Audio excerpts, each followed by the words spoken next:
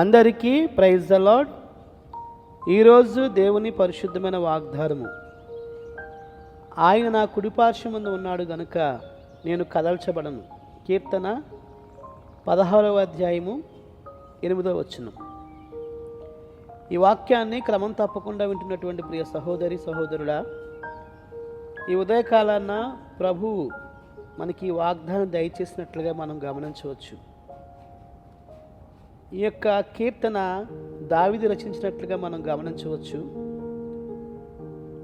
దావీదు ఈ కీర్తన రచించినప్పటికీ కూడా ఈ కీర్తన యేసుక్రీస్తు ప్రభు వారి గురించి ప్రవచనాత్మకంగా దేవుడు దావీదుకు బయలుపరిచి దావీదు ద్వారా పలికినటువంటి మాటలని మనం తెలుసుకునవచ్చు. యేసుక్రీస్తు ప్రభు వారు 33.5 సంవత్సరాలు ఈ లోకంలో జీవించి 3.5 సంవత్సరాలు పరిచర్య చేసినట్లుగా మనము దేవుని యొక్క వాక్యంలో తెలుసుకునవచ్చు. అయితే ఆ 3.5 సంవత్సరాల కాలంలో యేసు ప్రభు వారు చేసిన ప్రతి ప్రార్థనను కూడా దేవుడు ఆలకించారు, ఆయనకి సహాయం చేసినట్లుగా మనం గమనించవచ్చు. అయితే ఆయనను సిలువకు అప్పగించబడే సమయంలో, ప్రభువా నీ చిత్తమైతే ఈ గిన్నె నా దగ్గర నుంచి తొలగించమని ప్రార్థన చేసినప్పుడు దేవుడు ఆ ప్రార్థన ఆలకించలేనట్లుగాను, యేసు ప్రభు వారిని ఒంటరిగా విడిచిపెట్టినట్లుగాను మనం తెలుసుకునవచ్చు. నిజమే, ఒంటరితనం అనేది చాలా భయంకరమైంది. ఆయన దేవాది దేవుడు, తండ్రి కుడిపార్శ్వమున మన కొరకు విజ్ఞాపన చేసేటటువంటి దేవుడని వాక్యం సెలవిస్తూ ఉంది. అయితే యేసుక్రీస్తు ప్రభు వారిని తండ్రి అయినటువంటి దేవుడు విడిచిపెట్టినట్లుగా మనం తెలుసుకునవచ్చు. దానికి గల కారణం మానవాళైనటువంటి మన పాపములు క్షమించబడే కొరకై యేసుక్రీస్తు ప్రభు వారు కలువరి శిలువలో బలి అవ్వాల్సి ఉన్నది. ఈ ఒక్క ప్రార్థన తప్ప మిగిలిన ప్రార్థనలన్నీ కూడా తండ్రి అయినటువంటి దేవుడు విన్నట్లుగాను వాటికి జవాబును అనుగ్రహించినట్లుగా మనం చూడవచ్చు.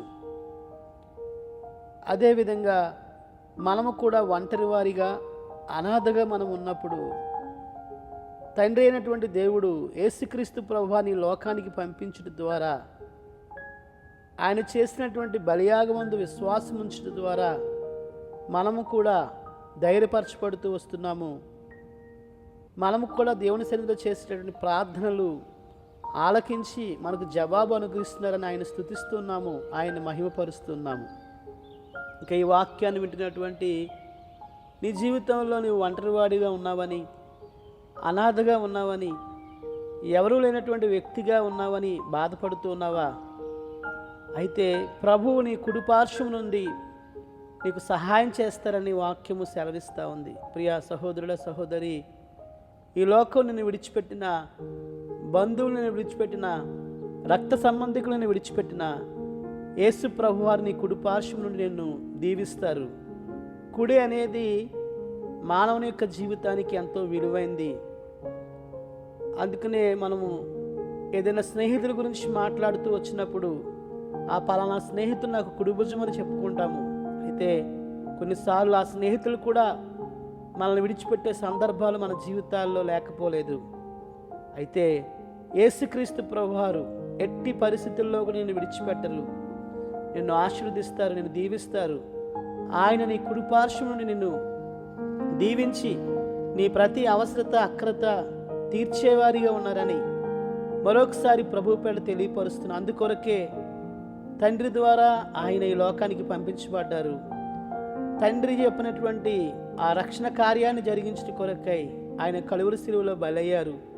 ఆయన రక్తమంతా కూడా నీ పాపము కొరకై ఆయన చిందించారు. అయితే నువ్వు చేయవలసింది ఒకటే, యేసు ప్రభువా నేను పాపిని, నన్ను క్షమించమని అడిగినట్లయితే నిన్ను ప్రభువు క్షమించి నీ జీవితాన్ని మార్చి నిన్ను ఆశీర్వదిస్తారని మరొకసారి ప్రభు పేడ తెలియపరుస్తూ ఈ మాటలు ముగిస్తున్నాను. రండి ప్రార్థన చేసుకుందాం. మా పరిశుద్ధులైన మా పరమ తండ్రి, మరొకసారి మీ నామాన్ని స్తుతిస్తున్నాను తండ్రి, మహింపరుస్తూ ఉన్నాము. ఈ ఉదయకాలాన మీరు మాకు అనుగ్రహించిన మీ లేఖన భాగం బట్టి వందనాలు.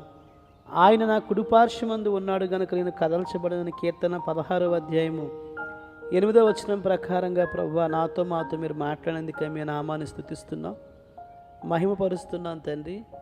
ఎవరైతే ఈ వాక్యాన్ని విన్నారో వారి జీవితంలో ప్రభువా వారికి ఉన్నటువంటి శోధనలు, ఇబ్బందులను బట్టి వారి విశ్వాసంలో శత్రువు వారిని మరి తొలగించాలని, లేకపోతే వారిని విశ్వాసం నుంచి బయటకు తీసుకురావడానికి అనేక ప్రయత్నాలు చేసేవాడిగా ఉంటాడు. కానీ ప్రభువా మీరు ఎల్లప్పుడూ కూడా మీరు మాకు తోడుగా ఉన్నారని తండ్రి. అయ్యా మీ అందు విశ్వాసం ఉంచిన బిడ్డలను మీరు విడిచిపెట్టేవారు కాదని అయ్యా మరి మీ యొక్క లేఖన భాగాల ద్వారా మాతో మాట్లాడేందుకే వందనాలు చేయించుకుంటున్నాం. కనుక విన్నటువంటి వారి జీవితంలో మీ గొప్ప కార్యం జరిగించని. కొన్నిసార్లు అయ్యా బంధువులను వారు ఆధారం చేసుకున్నారేమో, రక్త సంబంధికులను వారు ఆధారం చేసుకున్నారేమో తండ్రి. అయ్యా అయితే వారు విడిచిపెట్టినటువంటి పరిస్థితిలో ఉండి వాక్యాన్ని వింటున్నారేమో ప్రభువా. అయ్యా వారు విడిచిపెట్టినా మీరేమాత్రం కూడా విడిచిపెట్టినటువంటి దేవుడు అని తండ్రి.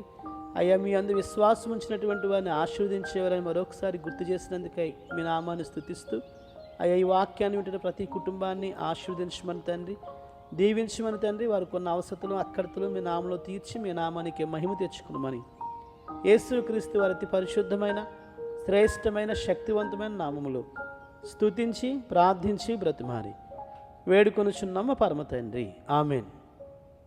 మన పరమ తండ్రి అయిన దేవుని ప్రేమ, కుమారుడైన యేసుక్రీస్తు కృప, పరిశుద్ధాత్మని యొక్క అన్యోన్య సహవాసము కూడి ఉన్న మనకును సకల పరిశుద్ధులకును సదాకాలము తోడై నడిపించును గాక. ఆమెన్.